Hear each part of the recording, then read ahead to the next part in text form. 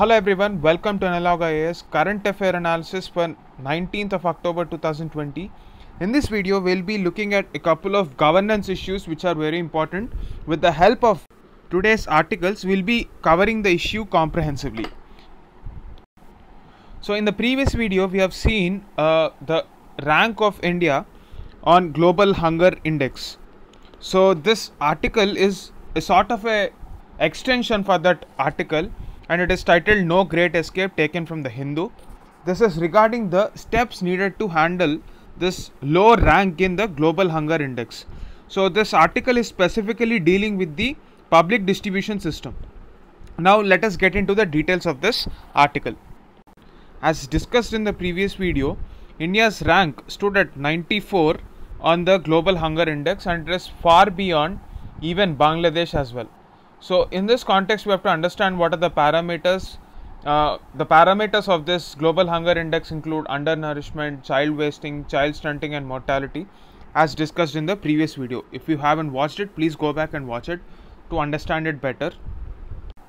So as an extension to that article, we will be talking about what are the government interventions for tackling the problem of hunger. Previously, the government has taken a lot of steps. For example, the targeted public distribution system as per the National Food Security Act, wherein 67% of the population would be getting subsidized food grains.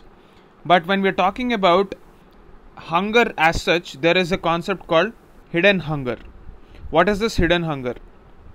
Generally, the conception of hunger is just based on calories in the popular context, but even obese kids sometimes have malnourishment.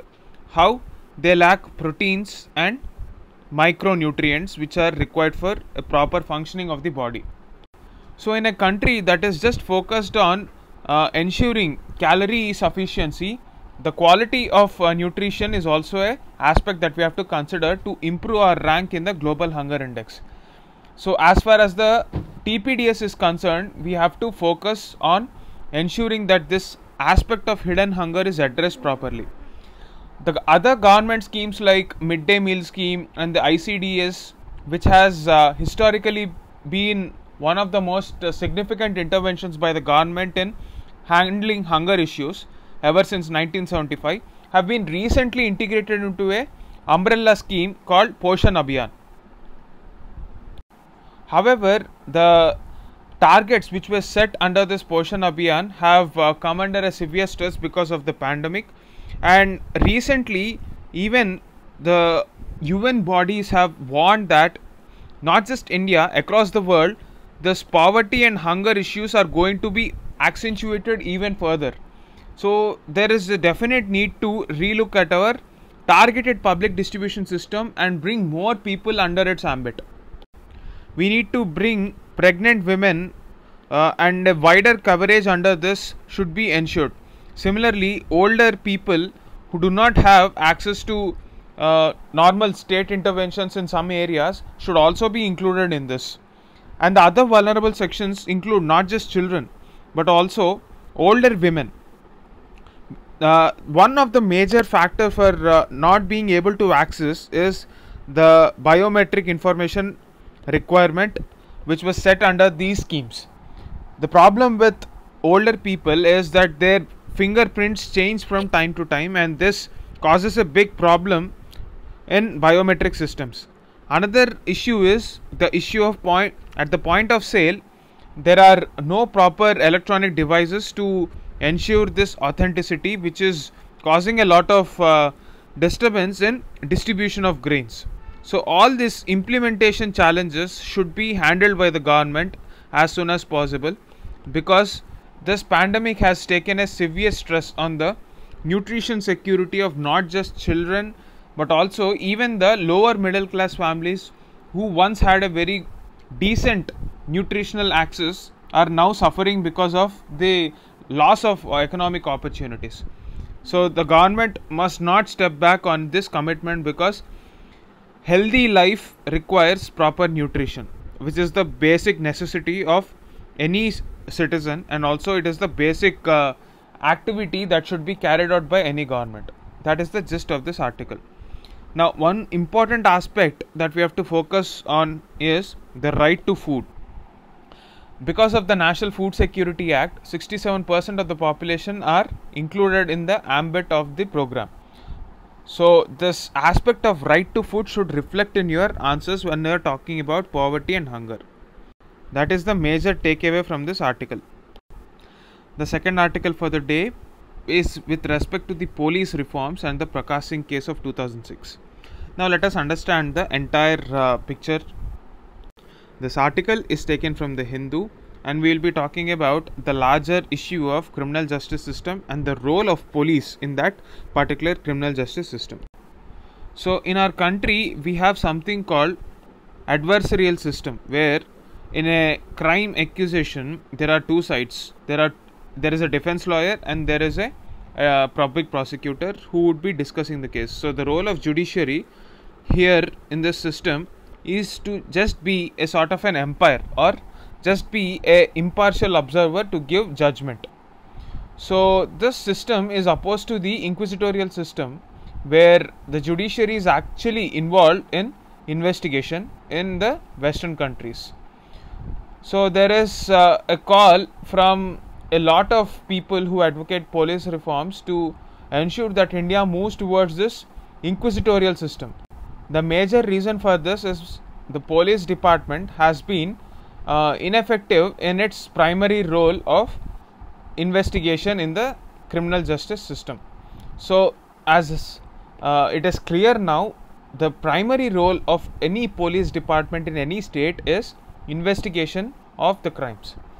So in this context, 2006 Prakash Singh case has proven to be a pathway for all the states to adapt police reforms. In this Prakash Singh case, the Supreme Court has given 7 guidelines for every state to adapt to ensure that the police reforms take a shape and move forward. However, that has not happened in various states. If you can take a look at the statistics, the Association for Democratic Reforms has noted that there is an increase in people with criminal antecedents who became MPs. So this is a cause of concern and requires a modern state which is based on the rule of law, and this rule of law will only be effective when there are police reforms. We cannot envision a modern state without police reforms, because police are the safety wall for our society, and a proper sound system and a trust in police would actually increase the trust in the state as well. Now let us look at the various incidents that have happened in the recent past. On one end of the spectrum, we have a allegation of vigilante justice, where the police have resorted to encounters because the pressure from the public is very high and the inefficiency of judicial system has actually frustrated the public. And on the other hand, we have instances of custodial violence, as seen in the case of Tamil Nadu, where a father and a son were killed in the custody of police. So both these extremes can be avoided if we follow rule of law. That is the central premise of this article. Now how should that rule of law be designed? It is to be designed on the Supreme Court guidelines given in the Prakash Singh case. Now let us examine the directions given by the Supreme Court in this particular issue. For starters, we have to understand that police is a state subject exclusively, and the center has its limitations in this regard. And ever since the independence, there are hardly any changes in the police acts across the states. 1861 Police Act has always been the baseline for organizing our police forces across the states. Taking cognizance of this outdated law, the Supreme Court has given these directions in 2006, and let us have a look at them one by one. The first one is State Security Commission should be constituted. This is the first direction given by the Supreme Court. So the objective is to ensure that the state governments do not exercise unwarranted influence or pressure on the police. So the police, in order to be effective, should be free from the bureaucratic clutches. That is the objective behind this State Security Commission. They should lay down broad policy guidelines and evaluate the performance of state police. The second one is with respect to the DGP appointment. Often it is alleged that DGP is appointed as per the whims and fancies of the government in power. So, in order to ensure that DGP is appointed through a merit-based, transparent process, there was a minimum security tenure of 2 years. A few states have actually adopted this measure, but a lot of states are yet to take up this. The third initiative that the Supreme Court has directed the states to take up is other police officers on operational duties, like say for example the superintendents or police in charge of a district, station house officers in charge of a police station. Even they should get a minimum security for tenure of 2 years. So the fourth directive that the court directed was having a separation of powers. So the government has to ensure that the investigation and law and order functions of the police should be delineated clearly. So the court ordered strict separation of law and order and investigation wings. Now to explain further, law and order involves normal day-to-day activities. Say for example, if there is a procession going on, the police have to assist the rally holders to maintain peace and security of that area. That kind of functions should be different from the kind of functions taken up by investigative departments.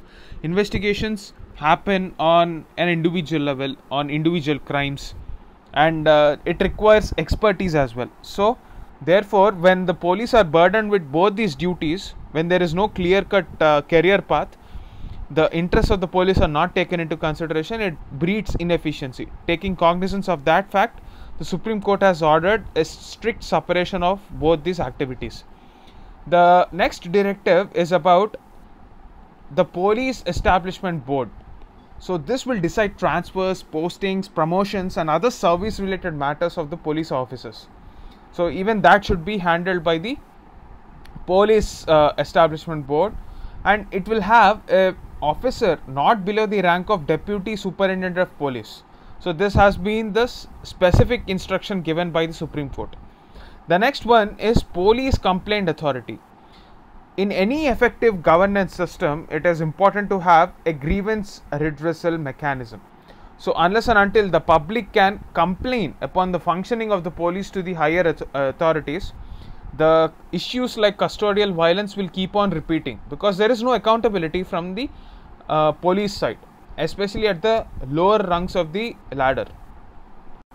And the next important directive is at the union level. This is different from the 6 directives given to the states, and this is important at the union level. So there is a directive from the government to set up a National Security Commission at the union level to prepare a panel for selection and placement of central police organizations with a minimum tenure again of 2 years. So after this, 14 states have passed legislations, but these were mainly to circumvent the directives but not to implement them. So till today, the government has not shown its commitment to follow the directives of the court in true letter and spirit. Now, in the wake of the ADR reforms report, which says that there has been an increase in number of MPs with criminal antecedents, will actually distort the entire system. Therefore, the reform should be happening as soon as possible. That is the gist of this article.